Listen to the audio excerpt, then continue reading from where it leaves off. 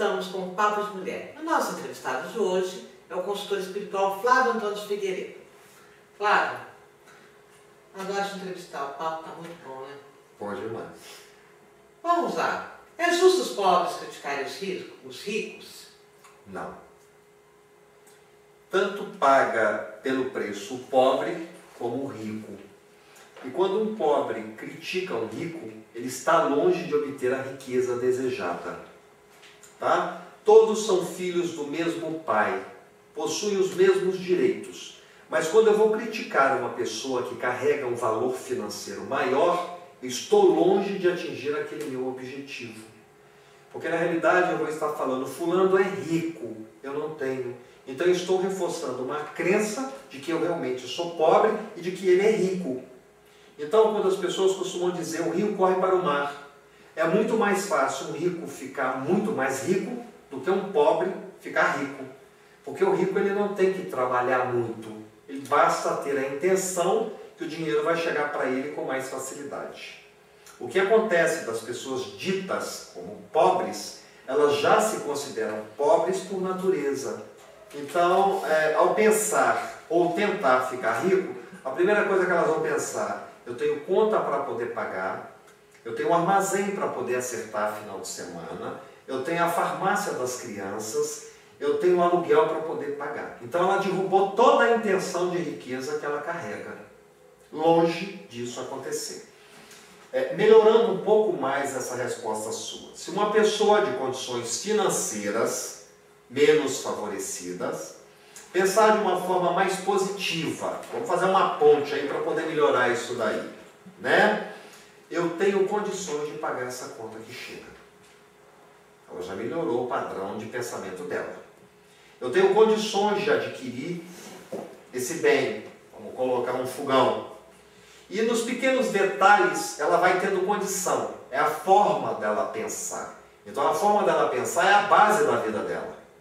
Ela vai fazer uma ponte da pobreza até chegar à riqueza. E completando muitas das vezes, que às vezes as pessoas perguntam, então assim seria muito fácil eu ganhar na loteria ou ganhar na loto. Eu sei que as pessoas o fazem. Longe disso. Em primeiro lugar, você não ganha. Você se permite receber. E já que você sabe que as probabilidades são mínimas de um ganho, você já derrubou a sua aposta. Confere? Tá. E aí eu vou querer ganhar na loteria porque eu quero mudar de vida, eu vou largar o emprego, porque eu tenho um emprego para poder manter as minhas contas no final do mês. Eu tenho uma dúvida ao fazer o jogo e vou ficar na esperança. Confere? Tá. A dúvida não faça. E dentro da esperança você vai continuar esperando. Como resposta disso, eu vou virar para você e dizer o seguinte. Se você tiver a expectativa localizada num sentimento de prosperidade, melhorou, não melhorou? Eu tenho uma chance de receber um valor financeiro. Então a minha vibração com o dinheiro vai ter um retorno mais rápido.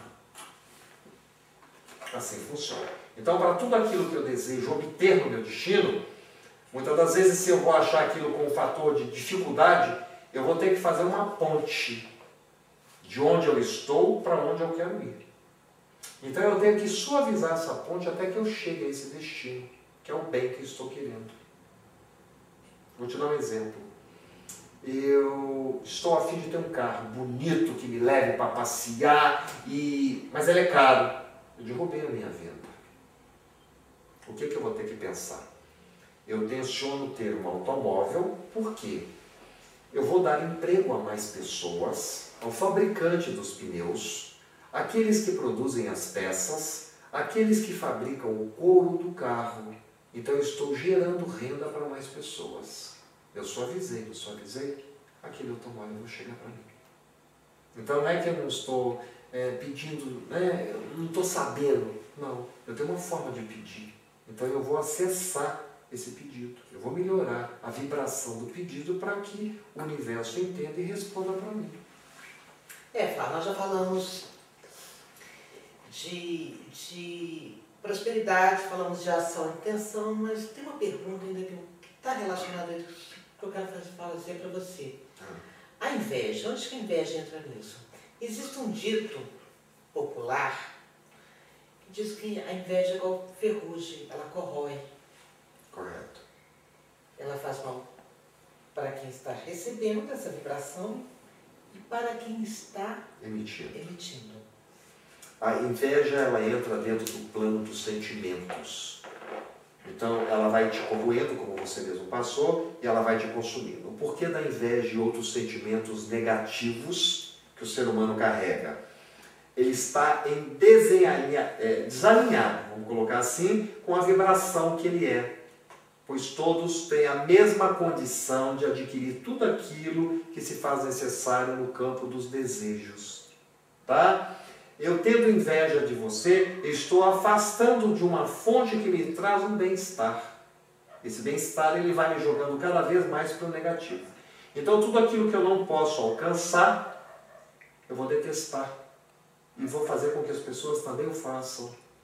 E aquilo começa a pesar como sentimento, e atrás da inveja eu vou adquirindo outros sentimentos que vão se manifestando com mais força, até o ponto de atacar as pessoas.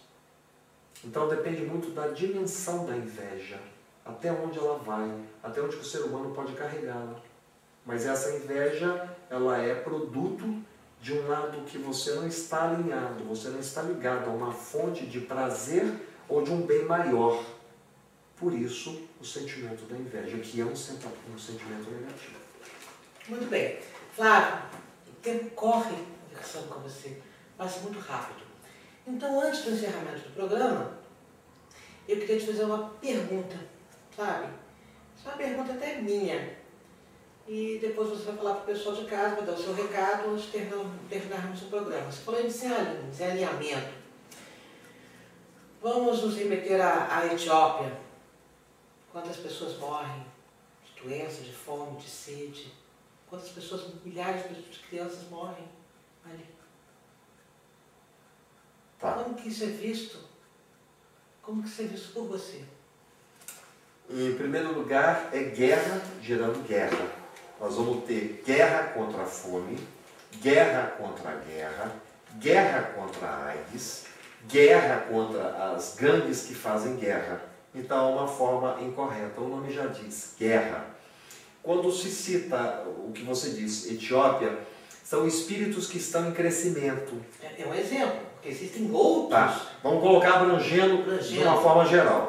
É guerra gerando guerra. Então a palavra já diz. Então não existe esse combate dessa forma. Tá?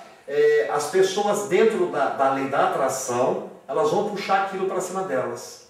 Então os espíritos que estão lá, que foram encarnados lá, eles vão trazer crescimento com essa guerra, mas a crença deles é tão enraizada que aquilo toma uma força. Então onde entram outros países que provocam a guerra em cima dessa guerra, onde vem a guerra da fome. Tá? É mais fácil para eles pensarem mais em guerra quando eles acham que estão combatendo com a pressão, com a violência, justificando outra guerra. Então o próprio ser humano provoca a guerra. Não é que Deus quer essa guerra, ou a espiritualidade quer a guerra, é o próprio ser humano. Respondendo isso, a lei da atração vai emitir todos os pensamentos que eles pedem. Isso vai ser no mundo em geral, em todos os lugares. Vou te dar um outro exemplo. Quando falamos do próprio Brasil, que o sul com enchentes e o norte com seca. Tá? Mas por que isso acontece em determinadas épocas? Porque a própria lei da atração vai responder dessa forma. Quando chega esse período, as pessoas lá mentalizam que vão ter a seca. Eles estão tendo a seca. E o sul vai ter a água, porque eles querem a água. Então é a força que é a base da vida de cada um em conjunto, porque aí torna-se um conjunto, num todo, num coletivo, para que haja seca no lugar e haja a água em outro em excesso. É a força do pensamento sendo respondida por aqueles pensamentos emitidos que a lei recebe e devolve. Deu para me entender? Perfeitamente. Falando em guerra, uma guerra injusta e sem propósito. Até que o ser humano entenda o valor que ele tem. Porque, vamos colocar a nível de porcentagem, 99% das coisas que chegam para você, antes delas materializarem, elas já estão preparadas. Você tem que fazer apenas 1%. E esse 1% é que torna-se difícil para as pessoas. Então, antes de qualquer situação, de qualquer evento chegar para você, 99% ele está pronto. 1% você pratica para completar o 100%. E onde as pessoas pedem 99% de situações negativas e 1% elas gritam amém. Nós temos o 100%. Então, uma equação que ela é feita sim, mas você tem que fazer ela num todo. Eu tenho que ter o meu alinhamento com o meu bem-estar e o meu desejo. A partir daí eu tenho todas as respostas que eu desejo. Ótimo. Compreendeu? Perfeitamente. E vocês em casa? Eu espero que vocês tenham entendido. O exercício da palavra, né, Flávio? Isso. É muito importante. Nós vamos exercitar a positividade. Por aí. Com certeza nos vemos novamente. Que assim seja. Muito obrigada. Sou eu quem te agradeço, Vera. Como o Papo de Mulher não tem fim, nos encontramos no próximo domingo às 20h30, reprise às terças às 17h30 e quarta às 20h30. Se você perdeu algum programa, não deixe de acessar o nosso site www.veradarnacef.com. Dá uma passadinha por lá que está de cara nova. Ótima noite para vocês.